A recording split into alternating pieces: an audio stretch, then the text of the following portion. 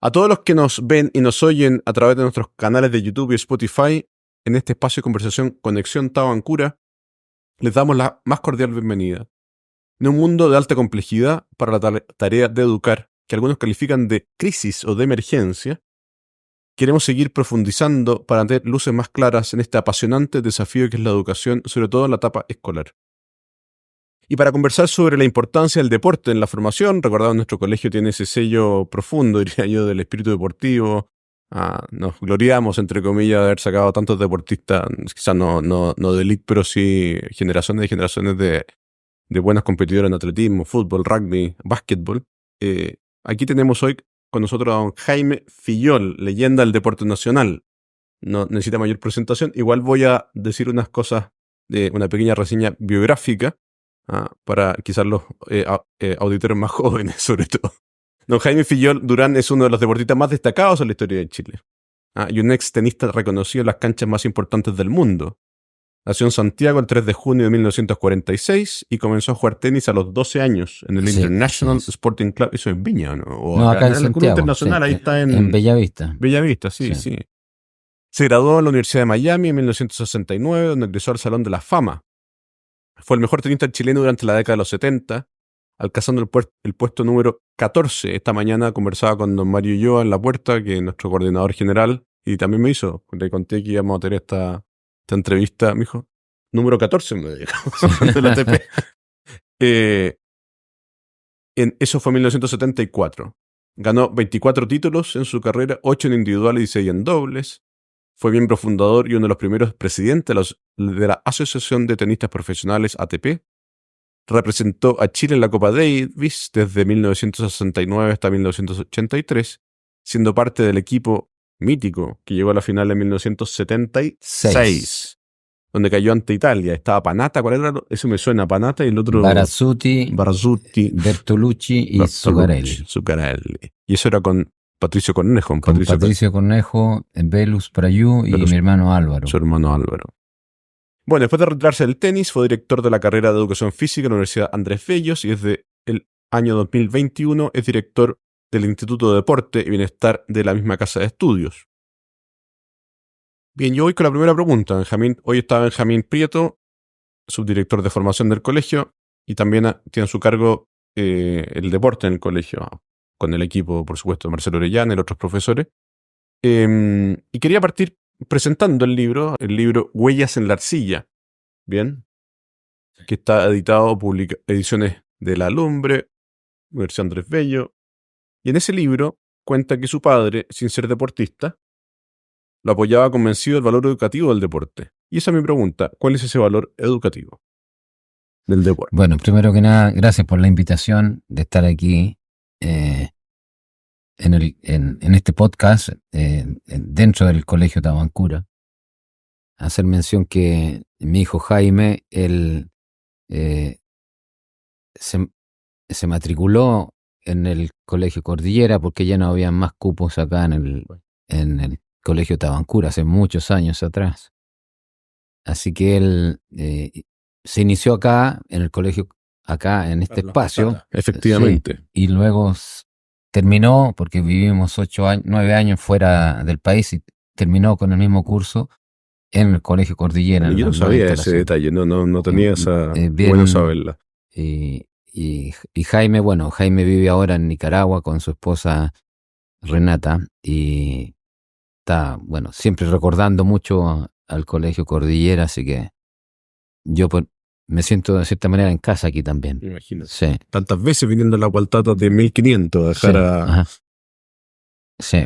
Y bueno, la pregunta esa es bien, me gusta mucho la pregunta. Me gusta la pregunta porque, bueno, como tú dijiste, ya son 23 años en otro rubro, que es el tema de la educación.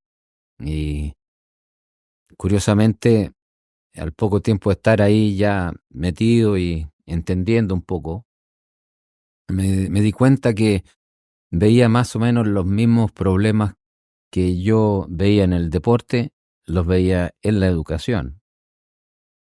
¿Y qué veía yo en el deporte? Yo veía en el deporte que había como y todavía, o sea, nos vamos alejando más todavía del verdadero valor del deporte, que se olvida el objetivo final de por qué hacemos las cosas que hacemos. Y en el deporte entonces lo que se anda buscando es resultado, hay que ganar. Y el deporte no es eso, el deporte no tiene ese propósito. Entonces pasa a ser como una máquina que va estrujando a las personas y al final termina un campeón, ¿cierto? Pero quedan muchos botados Muchos muertos en el camino. Muchos muertos en el camino. Y trabajando en educación desde el punto de vista de dirigir y preparar futuros profesores, me daba cuenta que también en la educación tenemos ese propósito. No está declarado. O sea, uno lee la misión de cualquier colegio público o privado o de educación superior y la misión es muy bonita y muy atractiva y tiene todo el sentido, pero después otra cosa es llevarla a la práctica. Es llevarla a la práctica. Entonces, bueno, se le va exigiendo al alumno y muchos yo diría que quedan afectados y ven, digamos, se pierde un poco el propósito verdadero de la educación también, así como se ha perdido en el deporte, también pienso yo con la educación. Y por eso que bueno que podamos hablar de eso y yo contribuir un poco desde la experiencia. Un deporte de élite, no un deporte de fin de semana, el tuyo. Exacto, sí.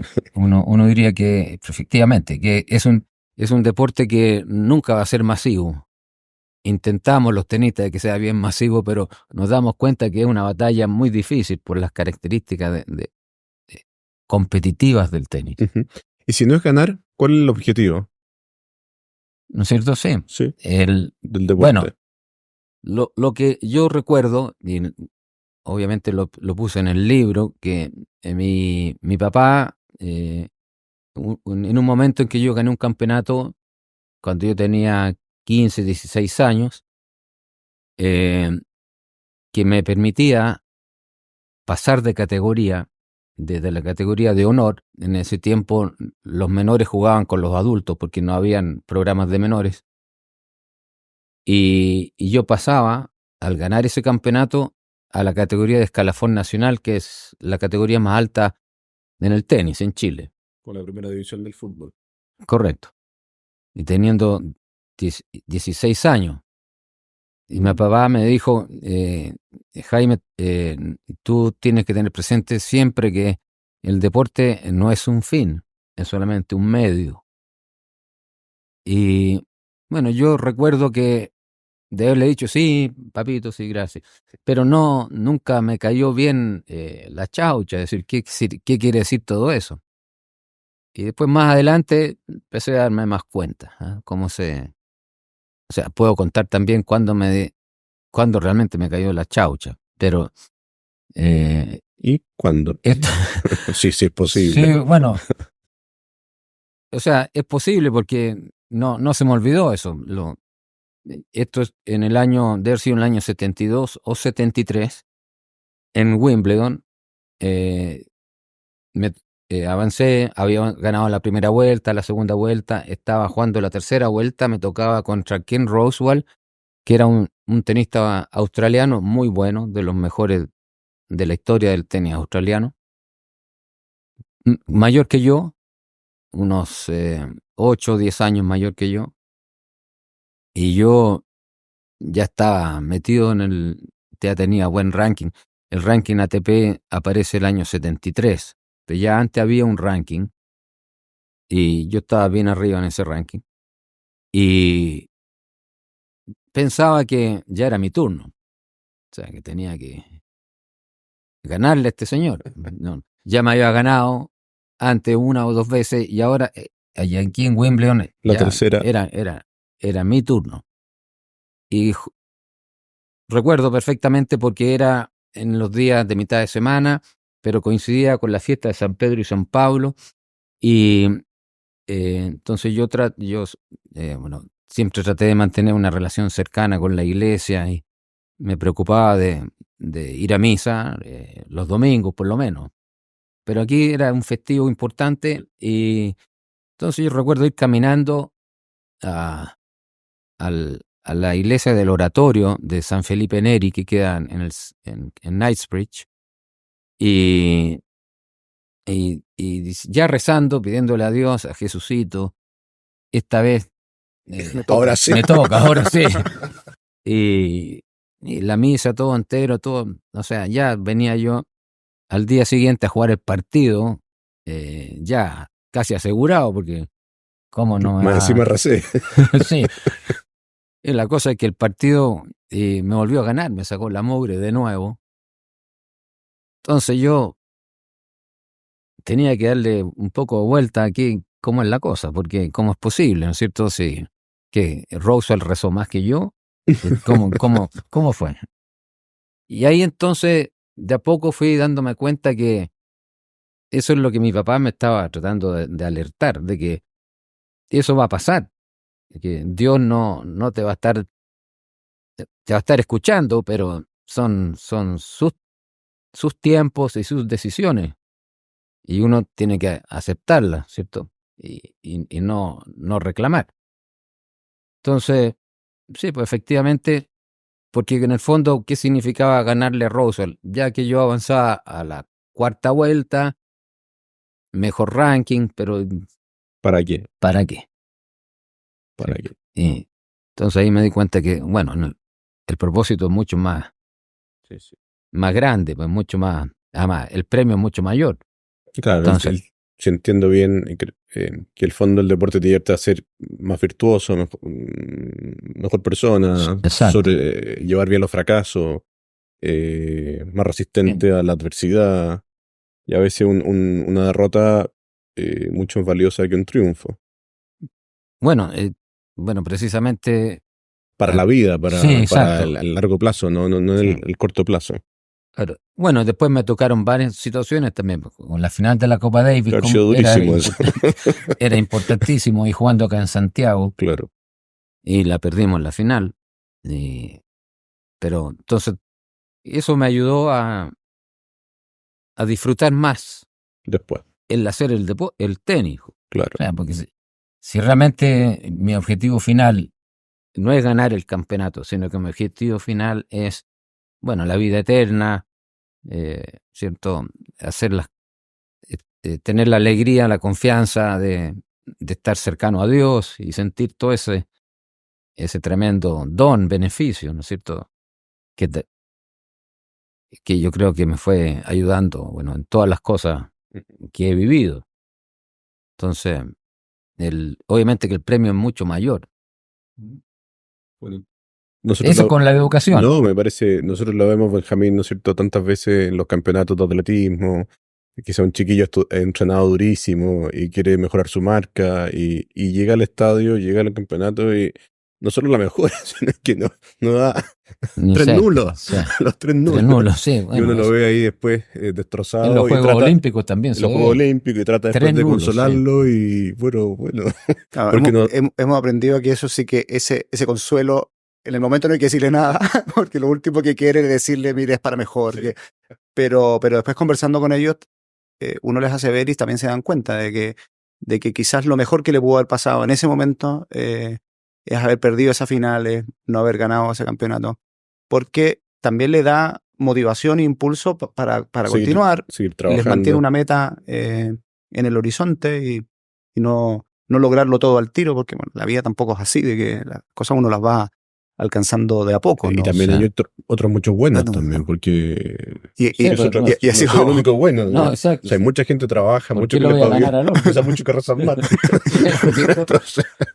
Eso es. Pero no siempre nos damos el tiempo para comunicar eso. Yo creo que esa es una cosa que... Eso es lo que estamos haciendo ahora. Exacto. Yo puedo seguir con este tema porque te gusta. Me gusta mucho. Vamos a volver sobre este punto un poco más adelante en la entrevista, pero para terminar con el tema del deporte en la formación, en la educación de un niño, de un joven, Yo quería preguntarle, usted cuenta, bueno, dijimos en la presentación de que usted estudió educación física en la Universidad de Miami. Según cuenta en el libro, usted fue con un torneo a Estados Unidos, lo vieron de la universidad, le ofrecieron, me imagino, una beca para competir por la universidad y eso le permitió dedicarse al tenis y además estudiar.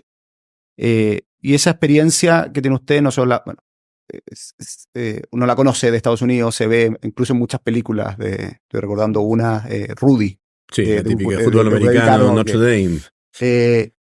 Y entonces mi pregunta es la siguiente. Muchos papás, sobre todo quizás en niveles, ambientes como este, de que la proyección que tiene un niño es ir a la universidad, es quizás hacer una carrera bien exitosa desde el punto de vista profesional, cuando su hijo se empieza a dedicar al deporte, tienen ese como temor de que el deporte los distrae un poco de los estudios o ese ir mejorando en el deporte va en desmedro de sus notas o incluso el poder dedicar tiempo ya de adulto, recién salió del colegio, 17, 18 años, a continuar con el deporte y va a ir en desmedro de esa carrera universitaria.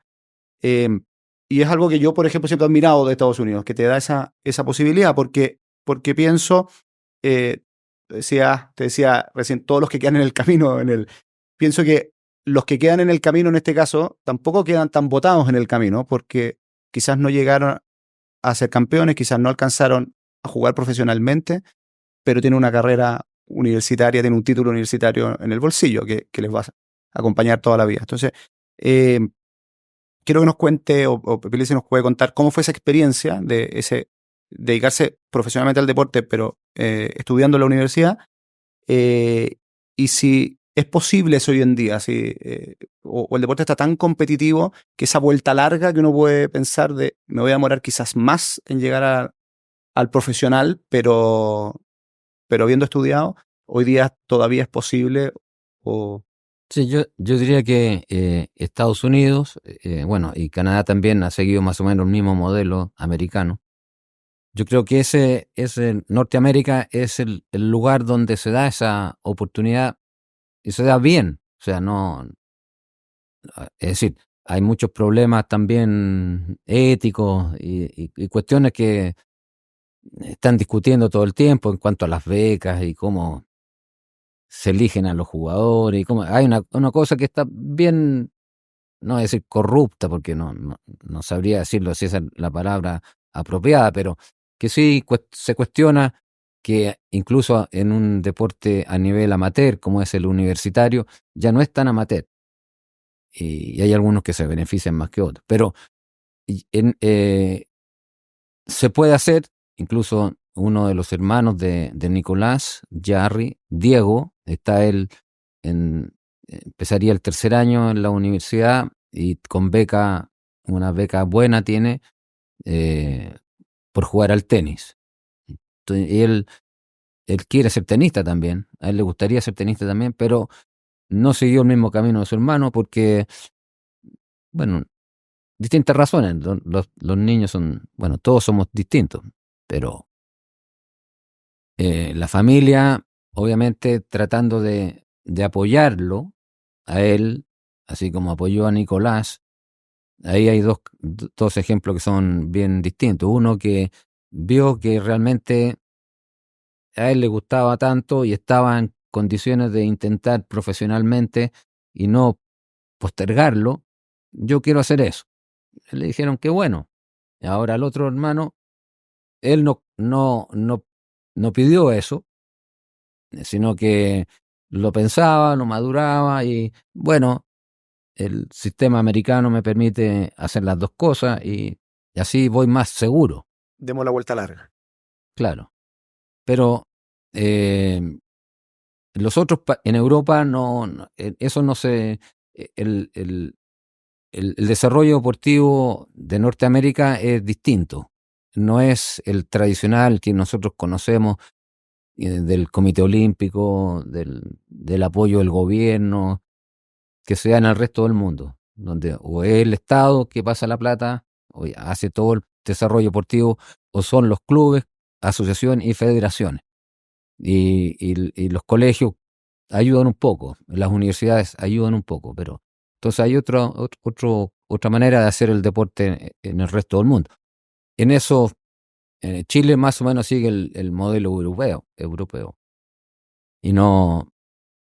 Y estamos igual distantes de lo que ocurre en las universidades en Europa en cuanto al desarrollo, a la contribución del deporte a la educación, porque hay que pensar que en la universidad están pensando no solamente en el deportista, sino que están pensando en qué le significa a la institución hacer el deporte. En Estados Unidos hay también una cosa que es interesante, que la comunidad escolar y la comunidad de educación superior pasa a ser un foco de identidad.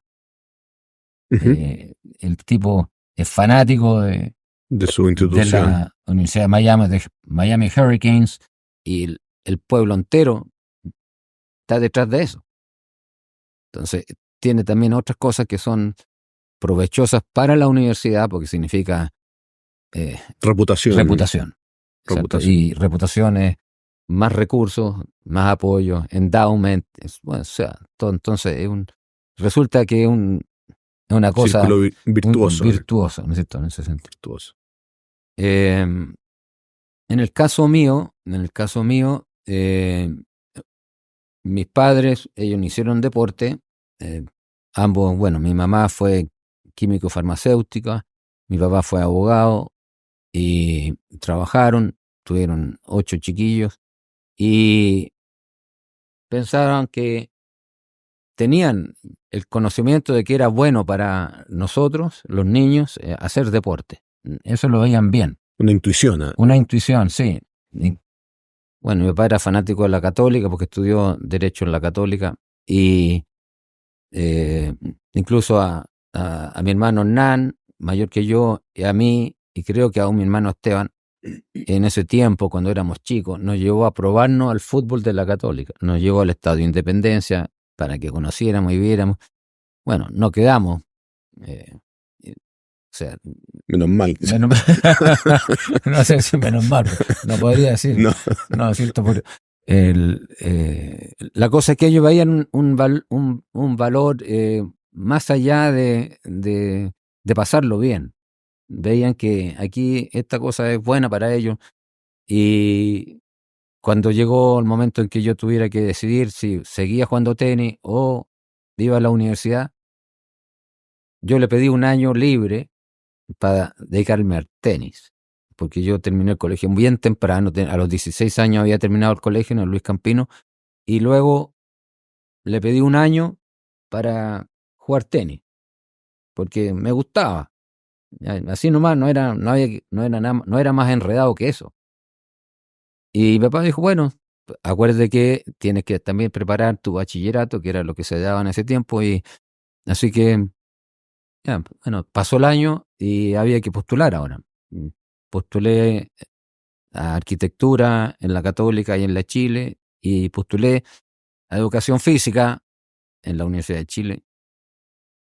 No quedé en la Católica, quedé en la Chile y en el físico de la Universidad de Chile. Y ahora entonces, bueno, ¿cuál de las dos? Y yo le digo a mi papá, ¿sabes qué?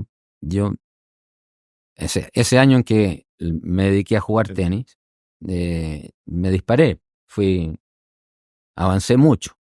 Entonces dije, bueno, si me dejan estudiar educación física, voy a poder seguir también jugando al tenis.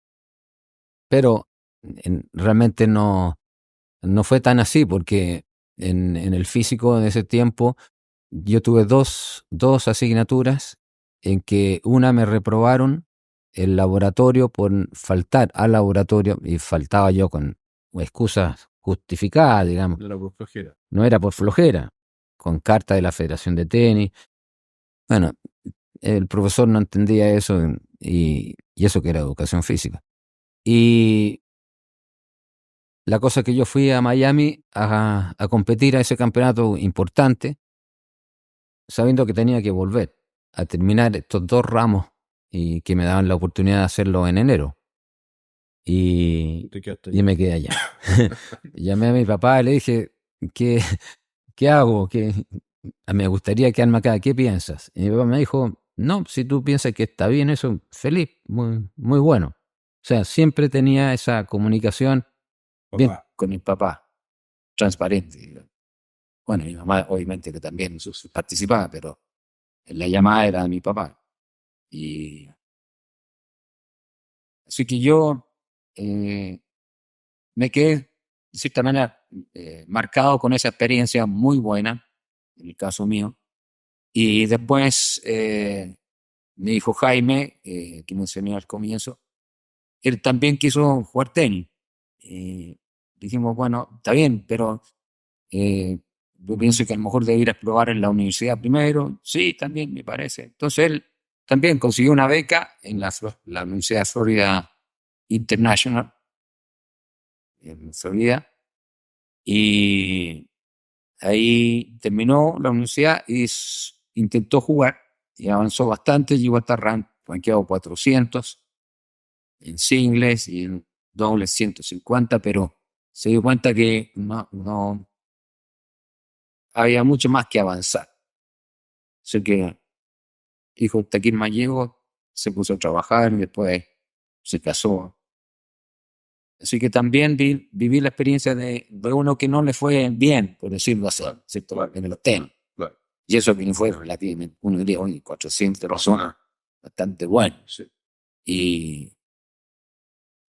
entonces a lo que yo quería ir era que efectivamente se puede. Nosotros en la Universidad Andrés Bello, bueno, por mi experiencia, llevamos muchos años procurando desarrollar el deporte dentro de la universidad y apoyar a los alumnos que quieran hacer deporte. Y hemos avanzado cualquier cantidad. De todas maneras, no ha sido así exponencial el avance, pero últimamente con la creación del Instituto del Deporte y Bienestar ha sido más fácil comunicar y dar a conocer. Conocer que el chico rinde más en la academia y rinde más en su carrera deportiva. Le hace bien a los dos. Y tenemos estudios que vamos a, efectivamente, ordena la agenda, les desarrolla otras habilidades de pensamiento, de estrategia, de resumir, de profundizar. Entonces, tenemos estudios, los vamos a plantear pronto, donde hay fehaciente muestra de que el deportista supera por mucho el promedio del alumno regular. Que todo el mundo también sabe que aquel profesional que además se ha destacado por características personales de liderazgo sobre todo, es un profesional también apetecido por la sociedad. Andan buscando personas con esas características. Entonces, Y quiero ir al libro de nuevo. Dice en tu libro cuentas que a tus hijos los obligaste a jugar tenis hasta los 14 años. sí. Y después cada uno eligiera. La pregunta es, ¿resultó esta estrategia? Porque para muchos padres es una cuestión difícil de resolver. ¿Promuevo o impongo?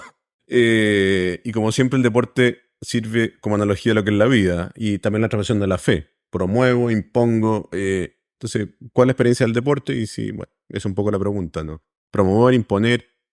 Porque a veces Benjamín sabe más esto, llega un alumno de séptimo básico que no quiere quedarse más a fútbol, no quiere ser más a rugby. O el papá dice, te quedas hasta tal edad o hasta que hay un compromiso. ¿Cuál es tu consejo? Sí, mira, yo eso que dije en el libro no he dejado de contarlo, a pesar de estar trabajando en el área de educación, donde hay gente que sabe mucho más que yo de didáctica, de pedagogía. Que obviamente que imponerle a un niño una cosa no es lo correcto. Tenemos que ver cómo lo motivamos, pero no sería justo decirle a una persona que tiene que hacer esto, un niño, un joven. Entonces yo estoy en una contradicción dirigiendo la carrera. Pero La experiencia vital también. sí, ahora no, yo tengo que aclarar que cuando yo le digo, mira, yo les decía a ellos, yo trabajo en el tenis. Ustedes van a vivir, mientras yo siga trabajando en el tenis, cercanos al tenis, porque es normal, o sea, es lo que... y Mindy me acompañaba en esa mirada, porque qué difícil iba a ser para Mindy, mientras yo estaba trabajando en el club, tener que recorrer, uno quiere ir al rugby, el otro quiere ir a la natación, el otro quiere ir al fútbol, o sea, y hay que llevarlo, porque o sea, el apoyo de la familia para que alguien surja o siga entusiasmado con el deporte tiene que estar detrás, no, así solo no va. Entonces, yo lo que les decía, bueno, por ese lado está la parte de gestión, la parte logística, que está, oye, lo lógico es que jueguen tenis. Pero yo les decía, no es que tengan que jugar todos los días. Ustedes tienen que venir al programa, son 2, dependiendo de la edad, 2 veces a la semana o 3 veces a la semana. Y esto va a ser hasta los 14 años, así que no se preocupen. Después, cuando cumplan 14 años, ustedes, si quieren, dejan la raqueta botada en la casa, no más tenis. Bueno, y efectivamente, Cecilia la mayor, a los 14 años, papá, quiero jugar voleibol. Ya, muy bien. Y así Jaime siguió jugando, pero nunca estaba así como comprometido o dedicado, que es la palabra que usan. Después Natalia también fue al voleibol. Catalina siguió con el tenis. Esa fue la única que no dejó. Y Ángela, en cuanto cumplió 14, bueno, ya antes ya me estaba haciendo trampa, hacía que iba y no iba. Pero si uno les pregunta a ellas ahora o a Jaime, ellos lo agradecen mucho, lo agradecen mucho. Quizás se dan cuenta que había mucho cariño detrás y no era una cosa impositiva seca, así, o dura. Claro. Y no es una imposición por capricho, es una imposición porque, bueno, la experiencia que tengo yo... Quiero transmitirte lo mejor que yo de mi vida, de mi experiencia personal, Claro. más allá de lo que diga la teoría. No sé. Claro, yo por suerte me fue bien el tenis y vi todas las oportunidades que da el deporte. Da muchas oportunidades. O sea, no es una cosa que soy bueno para la pelota. Abre mucho campo. Hay mucha relación, muchas posibilidades de aprender, muchas cosas. Bueno, en esto que decía último... Pero la última parte, tú, algo, ahí me No, queda no, corto, lo que porque pasa esa es que última parte me efectivamente gusta, el esa tema de la última transmisión parte. de la fe, porque al final Sí, el lema de todo papá es hasta dónde obligo, y también de todo profesor, de todo Sí. la institución educativa, ¿no? Hasta dónde obligo, hasta qué edad, y eso me parece que lo más, las preguntas que uno se hace y los papás se hacen, el tema de la fe, ¿no? Hasta dónde obligo y hasta dónde, bueno, por supuesto que uno siempre tiene que promover, ¿no? Pero es una decisión. Por ejemplo, difícil. ¿hasta cuándo lo obligo a ir a misa? Por ejemplo, ¿cuál es tu experiencia? O a lo mejor no sé si nos puedes contar, pero... No la experiencia, pero ¿qué es lo que piensan? O sea, no, yo estaba pensando O en otra cosa, yo no estaba sé. pensando en la relación de la fe y el deporte, Ajá. que son, leí hace poco una cosa que me ha ayudado bastante para el trabajo en la universidad, un filósofo de una universidad de Gales, en que se llama Michael McNamee, y lo recomiendo si lo pueden McNamee. sí, Michael McNamee. Y él explica por qué es tan fácil hacer una relación entre el deporte y la fe. Y una de las cosas que dice él es que hay dos elementos que son muy importantes. Uno es que tanto en el deporte como en el tema de la fe, del conocimiento de Dios, de la religión, sean cosas que son innatas en el ser humano. O sea, el ser humano busca mejorar las cosas. tiene un deseo de excelencia, quiere trascender, no quiere quedarse pegado, sino que quiere, y eso entonces en la fe es esencial y en el deporte obviamente que también. Y las dos cosas vienen con nosotros. No Estamos seteados, estamos diseñados. diseñados para eso. Y yo pienso que efectivamente, no es, este señor es bien preparado, no es Jaime Fillol. Sí, él ha estudiado mucho, o sea, y de un profesor, bueno, con doctorados, es profesor de filosofía y de ética en el deporte y en la medicina. Y lo otro es que también los dos andan buscando la belleza, lo bonito, lo atractivo. Los dos buscan eso. Claro, entonces uno se pone a pensar, pero bueno, ¿en el deporte estamos entregando eso o no lo estamos entregando? Y ahí está el problema. Es quién estamos llevando el deporte y qué estamos ofreciendo nosotros. Y uno tendría que preguntarse lo mismo referente a la fe. ¿Lo estamos haciendo bien o lo estamos enredando?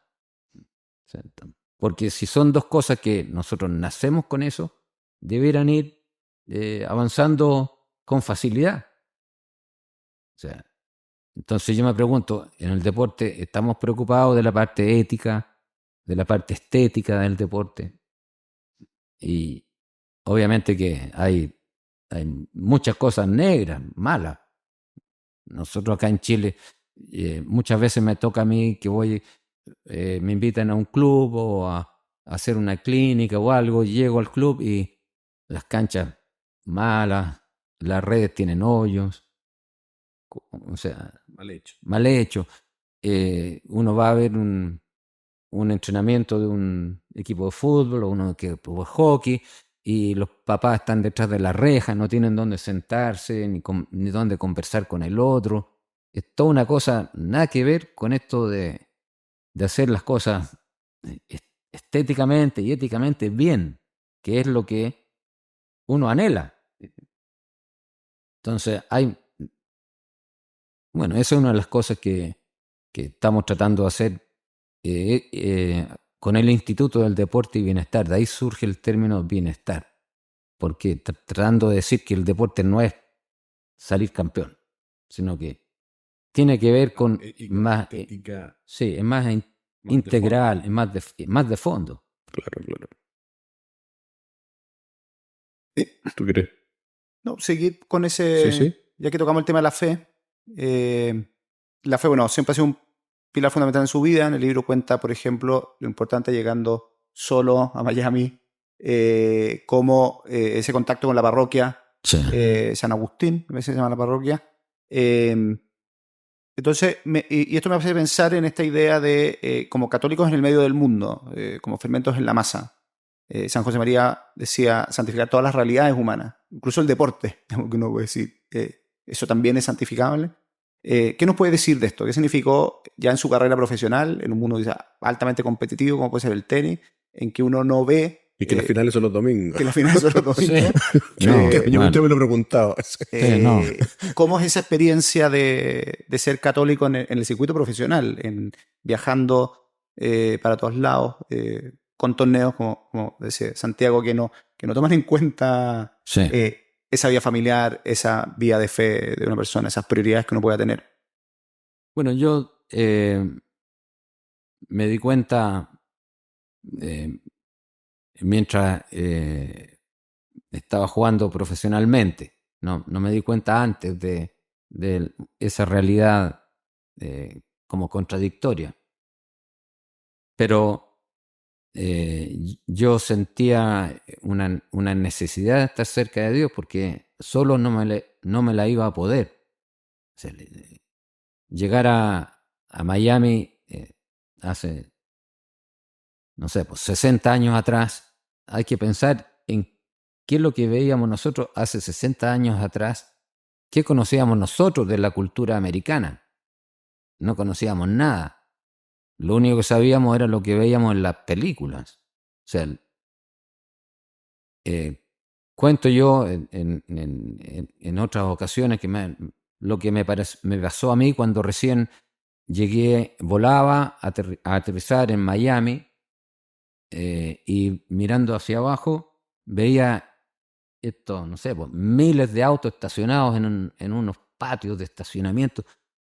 En Santiago eso nunca existió hace 60 años atrás. O sea, no habían autos estacionados y aquí habían parques de estacionamiento, uno detrás de otro.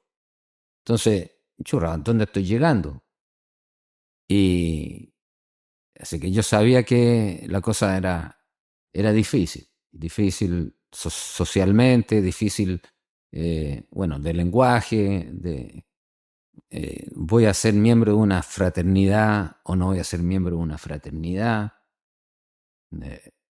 Yo era bueno, o sea, era popular, como dicen, y la fraternidad, entonces se me acercaban a este miembro de la fraternidad, y yo, ¿qué es esa cuestión fraternidad? Pero después fui a conocer, no, esta cuestión no es para mí, pero muchos pensaban que esa era una cuestión buena para ellos, pero no, yo sabía que para mí no era tan buena.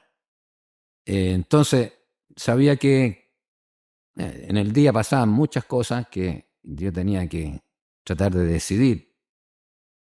Y en ese caso, entonces, y eso me sirvió mucho, y aprovecho que a lo mejor me voy a desviar un poquito, pero eso fue justo en el tiempo de la aplicación del Concilio Vaticano II. Yo llegué en diciembre del 64, empecé a estudiar en enero del 65. Y ya estaba instaurado en la parroquia San Agustín otro sistema. No era el que yo conocía acá en Chile. Y ese otro sistema lo que hacía era decirnos a nosotros, a ver, ustedes que son aquí, vienen acá a misa, ¿qué están haciendo por la iglesia? O sea, nosotros los necesitamos. No es venir a rezar, no es venir a la misa. Ustedes tienen que ayudarnos, tenemos que hacer una pega más grande. Entonces yo me quedé con eso, y obviamente eso me ayudaba también durante esos 4 años que estaba ahí, no viajando, algo viajaba en las vacaciones de verano, pero después cuando me puse a viajar, de seguir cercano a la iglesia y buscar dónde, que sé yo, si estoy una semana o 2 semanas, voy a estar 10 días en París, en Juan de Roland Garros, ¿dónde voy a ir a misa el domingo? O sea, eso estaba previsto. Sí, yo tenía que preocuparme de eso. Antes de llegar, y voy a Sí, ir a tal yo parroquia, buscaba, tal sí. tal horario. Tengo que ver eso. Y eso, entonces, bueno, yo era el único. O sea, yo iba y nunca me encontré con ningún otro tenista en esa parroquia. De vez en cuando con alguno. Eso me causaba harta... Pena. No, alegría de Alegría ver alguno, verla al que iba. del que iba. Sí, Oye, me no soy imagino. el único, algo tenemos. Habían algunos, pero éramos pocos. Y nunca vi yo una relación con Dios en el deporte. Eso nunca lo vi. Era una cosa como de otro mundo. En un momento dado había un pastor de una iglesia protestante que venía a los campeonatos, se llamaba Eddie Waxer, me acuerdo su nombre porque me hice amigo de él. Venía a juntarse con los tenistas y a hacer encuentros para leer la Biblia, para conversar. Y yo decía, bueno, me va a hacer bien, obviamente que me va a hacer bien. Entonces voy y escuchaba eso, pero yo me daba cuenta que yo estaba a un nivel no de conocimiento de la Biblia, pero sí de fe, más comprometido. Entonces, curiosamente, todavía lo veo yo así. Hay deportistas que se persignan al entrar en la cancha, hay algunos tenistas que también se persignan, ¿cierto? Terminado un partido. Pero también he visto otras cosas más que tenemos tiempo. Me he dado cuenta que ahora, por ejemplo, en lo que hacemos nosotros como instituto, y hacemos muchos seminarios, conversatorios, temas de deporte y de educación o de salud. o sociales. Y viene una persona a hacer una mesa redonda, una conversación, y una persona la buscamos que sea bien preparado y que vaya por aquí, ¿no es cierto? Tratamos de que calce con lo que nosotros pensamos. Y llega una persona bien preparada y feliz en nosotros. Y luego invitamos a la gente del deporte chileno. Pero ya me he dado cuenta que no es solamente un problema en Chile, porque también lo he visto en otros lados que me ha tocado. Entonces, esa persona que llega bien preparada está empujando la conversación hacia una cosa de más valor, ir más allá. Pero los que tiene ahí, que se supone que tienen la experiencia, no dan con el tono, no dan, quedan, Le falta formación. les falta formación. Entonces ahí hay una cosa que es vital. O sea que si este señor Michael McNamee tiene la seguridad, y yo también tengo esa seguridad por mi experiencia, de que son cosas que son relacionadas. Incluso el deportista anda buscando confianza. No hay ningún deportista que no tenga preguntas sobre su confianza. O sea, todos andan buscando tener confianza. Y resulta que es la fe, es la misma palabra. Entonces, confiar, ¿cierto? Tener fe.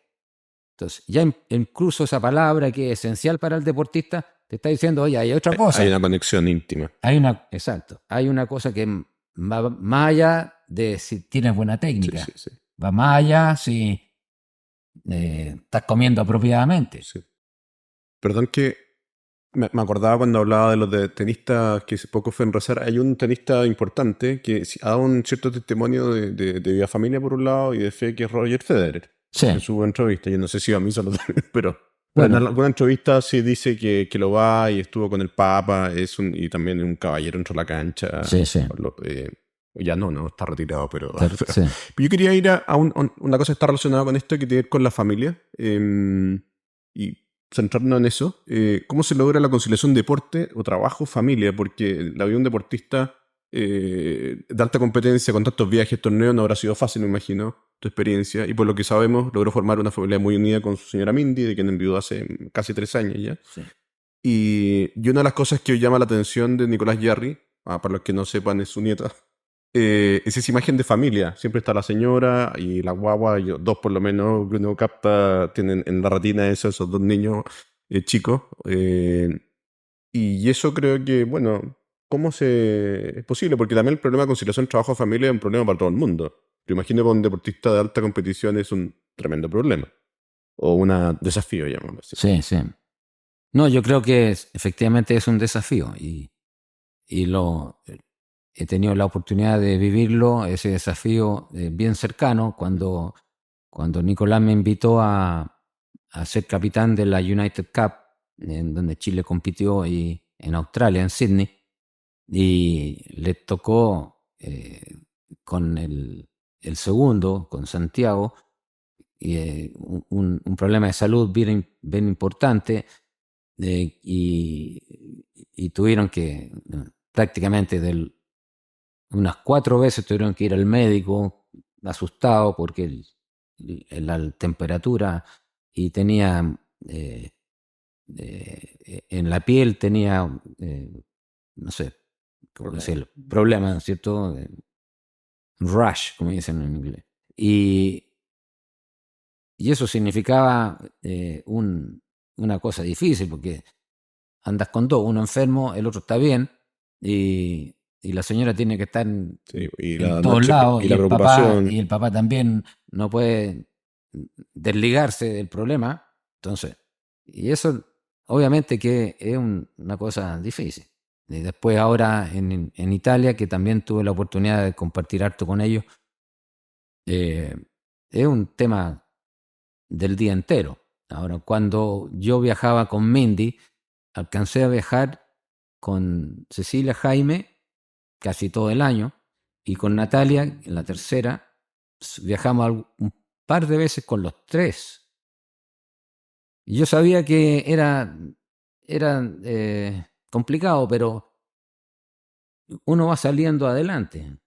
Es decir, Laura hoy día uno lo ve como ella se preocupa, Nico como comparte, y en el caso mío, claro, nosotros siempre tuvimos la suerte de tener algún familiar, una hermana mía o alguien que nos acompañara para ayudar.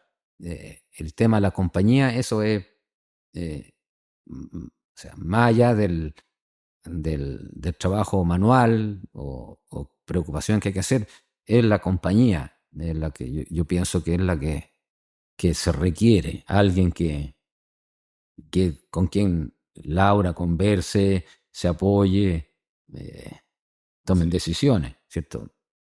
Pero ciertamente que no es fácil eso, andar viajando con familia y ese grupo está todo preocupado de que el cabro, o sea, el papá, Sí. gane.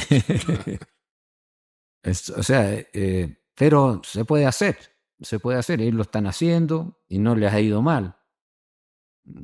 Yo creo que también ahí hay un beneficio hacia los niños, que empiezan a darse cuenta de que la cosa no es fácil, de que hay que obedecer, hay que poner atención, hay que colaborar, no hay que ser problema. Es que el proyecto de familia es una El cosa proyecto- muy seria y es un proyecto conjunto. Exacto. Es de todos. Sí. Sí. O sea, tiene un costo, pero tiene un beneficio Mucho más grande. grande.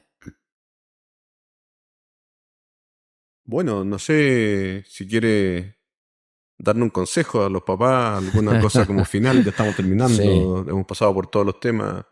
Benjamín, no sé si quiere No sé cuánto preguntar rato algo llevamos.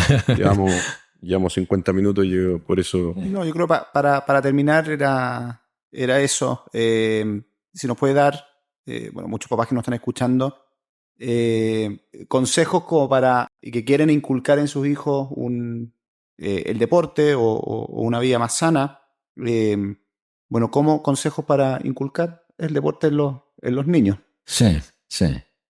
Yo puedo hacer una precisión antes. Lo que pasa es contarte que Benjamín ha estudiado mucho el tema de la asociación entre deporte y conductas de riesgo. Y ha llegado a unas conclusiones a veces un poco sorprendentes. De que a veces la práctica del deporte no asegura que no haya conductas de riesgo. ¿No es cierto, Ángel? Te lo puedo explicar mejor que yo, así que quizás lo puede... Porque creo que el consejo puede estar relacionado con eso también, por eso ahora alcance. Sí, que hay una relación entre el ocio estructurado, que podría ser la práctica de un deporte de manera sistemática, con cierta estructura, con ciertos objetivos, y el ocio no estructurado, ese ocio como pasar tiempo en la calle sin un objetivo. Y al menos lo que yo he visto en los estudios que hemos hecho, mi tesis doctoral fue sobre eso, de que el ocio estructurado, la práctica del deporte, no alcanza a compensar el efecto negativo o el factor de riesgo que significa este otro tipo de tiempo libre sin esa estructura, sin supervisión parental, sin objetivos definidos. Y muchas veces los papás se quedan como tranquilos de, mi hijo está haciendo deporte, listo. No tengo que preocuparme del alcohol, de las drogas, de otras cosas, porque...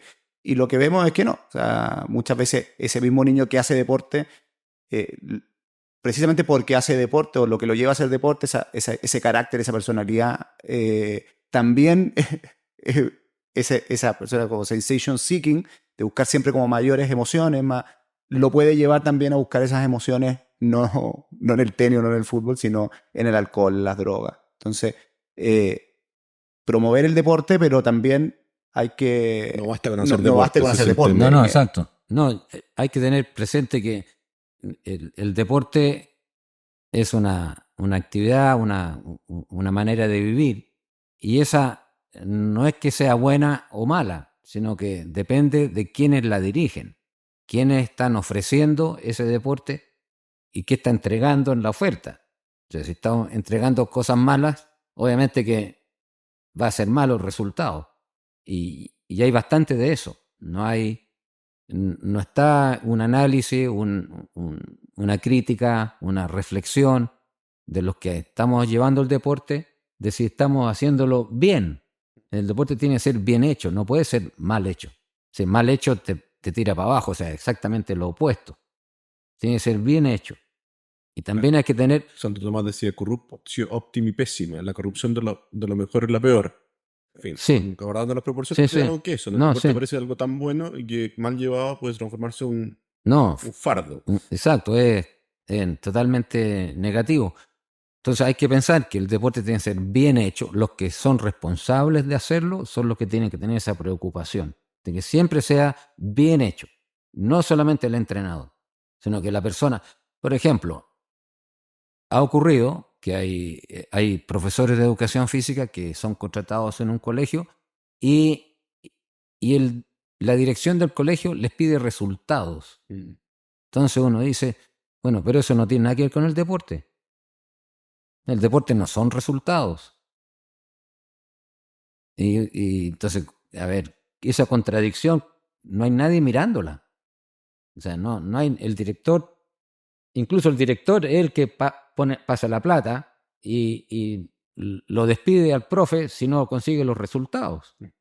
Entonces, hay mensajes que son totalmente contrarios al deporte. Entonces, tiene que ser bien hecho y hay que pensar que el hecho deportivo va más allá de la cancha. O sea, si el colegio está haciendo deporte es porque todo el colegio se va a beneficiar con el deporte.